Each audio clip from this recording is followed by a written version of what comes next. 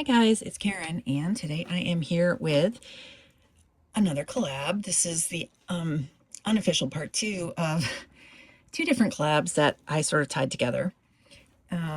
Yesterday was Earth Day, and so I joined in with Tammy, Cheryl, and Terry to do an American Girl Earth Day collab. And so here is Julie, and she was ready to go to the park to celebrate Earth Day with her friends. And then coincidentally, the next day, Marna and I had pre-scheduled that we were going to do a collab with our Julies to make shoes and a purse for them. We both really like Julie because we both really love the 70s. And Julie is the girl of the year for the 70s, or the historical doll for the 70s. So she wears a lot of 70s fashion. So I wanted to make her a, handcrafts, crochet, macrame and stuff. I remember being very big in the 70s when I was growing up as a kid. And lots of natural fibers, lots of still hanging over from like inspiration from, like flower power, hippie, gunny sacks, Renaissance-y styles, empire waisted things, peasant dresses, all things like what we would consider boho now. That was like, then there's the disco era, then there's the, there was a lot of different styles in the 70s, but when I think of 70s, to me, I think of boho and bell bottoms and t-shirts with stripes. And anyway, and then there was still a lot of stuff kicking around from the 60s, like the Brady Bunch wore a lot of 60s stuff still in the early 70s. But anyway, or in the 70s. So I decided to make her a handbag and some shoes. So let's start with the purse. This was from a pattern that I found on the internet. It's very boho. I really wanted to make a leather tooled bag because those were super popular in the 70s, but yeah, that would I haven't tooled leather since the late 70s, so as a kid at camp, so yeah, that's not happening. But so I crocheted this instead, and it had been quite a while since I crocheted anything. This involved, I used to crochet in it all the time, but I have done so less. This pattern frustrated me just a little bit. I don't think it was 100% correct. But basically it's just you make two circle squares and then you join them with a double crochet along the edge and you add fringe. They called for a cord. You see it's twisted here and then it's knotted down here at these hoops. They actually had a cord you could make out of sort of like a oh, what is that called when you knit it? It's called a an I-cord, but it's with crochet. And this was already hurting my hands so bad. There was no way I was going to crochet. This is crochet cotton, and I was using a really small hook, so there was no way I was going to single crochet a cord. So I just took 12 strands of the same matching crochet cord at the length I wanted, and I braided it. And then I created tassels at the end here, and I knotted them together and then covered it to make tassels. The purse overall, it was supposed to be a very large purse on the human size, using double worsted yarn doubled. And I would say that I've got it about, if I had used an even smaller hook, this probably would be more correct as far as like the size, because it covers up, it should cover up her hip area here. It's as large as a human hip if you do it like for human sized. But I believe even though I left off another row, it still ended up just a little bit big, but it's still cool. And then it calls for you made a little circle button, and I actually went ahead and I've just got some plastic in here to poof it out a little bit, but I actually went ahead and cut some circles, hand sewed them together, and then so it's fully lined, as you can see. And I did line it because these gaps in the pattern were pretty big, so I wanted it lined up. But anyway, I just measured the length of the circle, not like this, not here, this is where the join, but like from like right here, this stitch in on either side. Gave myself a, what did I do? I gave myself a 1/4 inch seam allowance, sewed it. I just sewed it by hand because I didn't feel like setting up my machine with the colored thread. And then I left it open from here to here. And I cut this down short with pinking shears. And then this, I had just, I folded, like, so I clipped into a round to make the, where the curve at a 1/4 inch. And then I glued those with a glue stick down. And then I whip stitched, I don't know if you can see that, but I whip stitched all along this edge. I whip stitched it together with a mostly matching thread. I think it turned out very nice and neat. It looks really good. And it took forever to do these tassels, I gotta tell you, because I don't even remember how many I had to cut. Yeah, this really hurt my hands and killed me to death. And I think, though, it turned out really, really cute overall. I just, this was, I think I slip stitched. I made a chain of 5, then I joined it, and then I just single crocheted into that 15 times or so. And then I attached a chain as the loop for the button. If I were to make this again, and if I were to make it for an American Girl, I'd try an even smaller hook just to get it probably just a little bit smaller. And I would probably get a button. I don't mind this, but, or make it in a different color. I might, you know, change up the colors a little bit. But overall, I'm really happy with it. As you can see, I think it turned out really good. And like I said, it's been quite, I used to crochet like a lot. And I used to knit a lot. And I've crocheted all kinds of squares and stitches, and I'm pretty like, I'm not gonna say I'm good, but as far as like skill level, I'm past intermediate, let's put it that way. You know, I can do a lot. So this was cool to get back to, but yeah, I just wish it didn't hurt as much. It would be really cool to do this in different colors as well at some point, or, you know, and you don't even really need to use this pattern. I'm not going to get into my problems with the pattern. I don't want to bag on the pattern, but I'm just going to say that thank goodness that they also included a chart as well as the written instructions. So it was fun to get back to crochet, but it really hurt my hand. I've realized if I'm going to get back into crochet, I'm going to need to buy a whole new set of hooks with fat ergonomic handles because my thumbs were destroyed by the end of it. And then I'll show you her shoes. So I kind of went hog wild on these as well.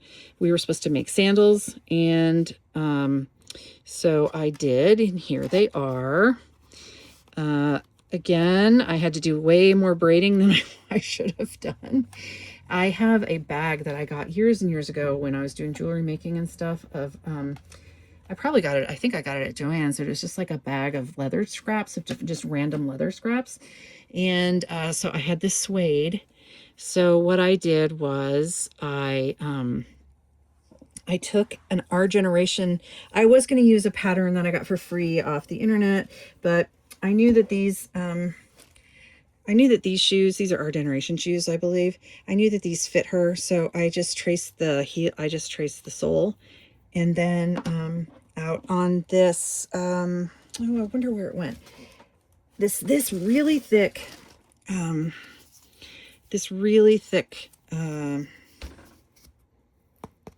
what's it called? It's geez Christ, my brain. Board, not cardboard, paperboard. This actually, I got, you see how it's a product? When I bought a like 2-yard spool or 2-yard cut of fabric at like Walmart, I think, the Waverly Fabrics, they come on these really sturdy card. Really, so I keep these when I take the fabric off because they're like really thick, as you can see. You can see how ragged my cutting was because my stupid X-Acto knife was too dull, the blade. So but yeah, that's if you ever need some good card, just go buy some fabric. So then what I did was I cut, so these are 9 stranded braids of the same crochet thread that I used here.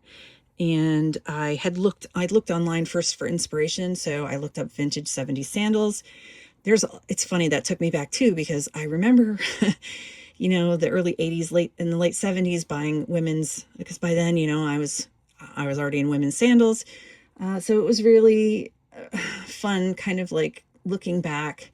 And so I wanted to do something. I found a sandal that I liked, but I didn't want to, it had cording here, and then, but it actually went down, and then this came up and there was like a piece that went around the ankle. I wasn't about to do all that leather work, so I didn't. But yeah, I had this suede. It's super soft. And so I cut out my, I cut out the cardboard, and then I put the suede, you know, I glued the suede down in the back so it would be kind of like lined up, and then, but I could still lift it back. And then I actually used, I have a leg here that I need when I got those dolls up in Michigan. I have to still fix those dolls, but I used this as a foot, what is that called when you are making shoes? They have a, oh, I forget. I don't know. I can't think of all my words today, but anyway, so I tried it out first on this, but then obviously when I went to the other foot, I had to use an actual doll because I don't have a loose left leg. This is a loose right leg. So I was using this as the shoe form. So yeah. And so then after I got them done, I felt like it looked a little too flat because I only had one layer. So I went back and I cut a second piece of cardboard, and then I painted it a dark brown. You can see it kind of looks messy, but if you look at it too close, and then I found my dark brown felt. So I glued the felt on the very bottom. I had first tried painting it, but yeah, I ended up finding my felt. So I glued that, and I like that better. I don't know. It would be, I'd like to make a shoe out of all leather at some point. We'll see if it was a lot of work. I'm not gonna lie. If I bought pre-braided cord and stuff, that would have been easier on me. But, again, it's not, none of this is hard. It's just my thumbs. I know I bitch about this all the time, but it's really, really a problem right now. And, I did see the doctor about it, but I might still need to go to a specialist. So we'll see. I have some medicine I'm going to try to go get and see if that helps. So yes, but overall for my first pair of like shoes, I am super thrilled with how they turned out. What do you think? Do they look cute? Do they look 70s enough? There's a lot of woven leather and woven, like plastic. I remember I had a pair of white sandals that were like lots of woven basket weave. A lot of basket weave stuff, it seemed like, was popular in shoes. Not like, you know, that look like baskets, but that kind of basket weave style, all kinds of different weave styles. So yes, so I want you guys to go over, if you see this one first, please go over to Marna's channel and check out her video to see what she made her Julie. And I know I've got Julie on Josefina's stand right now, but that's because I haven't cut my dowels for the rest of the stand. So Julie's being, Josefina's being a sport and lending Julie her shoes. The only thing is, I don't know if she was like, I don't know how well these shoes actually would stay on if she wasn't just standing in them nicely, without a strap support on the back. So, but yeah, overall, even this was a ton of work. Both of these projects took me several days. But I'm really happy with how they turned out for the most part. And I hope that you enjoyed seeing my work here. And, please go over to Marna's channel to go see what she made for her Julie, and expect to see more 70s inspired outfits, because I really do love, I want to name her Marsha because, or get another one. I mean, doesn't she look like Jan Brady? I mean, even more so than Marsha. She looks like Jan Brady, honestly. But Julie reminds me of the Bradys. And I was, you know, as a child in the 70s, I can't tell you how many reruns of the Brady Bunch I have seen in my life. So the only thing is I wish I still need to make her a pair of bell bottoms. These pants I won when I got my first, there was a channel on YouTube, and I wish I could remember who did it. I have a video about it way back when, but I did win a drawing, and I got this outfit that this other YouTuber had made, and these pants are, they're not bell bottoms, but they have these floral details on the cuff that make me, feel that they're more 70s than not. So, but I do, one of the things I definitely want to make soon are a pair of bell bottoms for Julie. And so expect to see more with Julie. And I hope to see you guys real soon with another video. Please like, comment, share, subscribe, all that happy stuff. And let me know what you think of the bag and the shoes that I made for Miss Julie here. And again, go check out Marna. I'll see you guys real soon with another video. And doll shenanigans. Bye.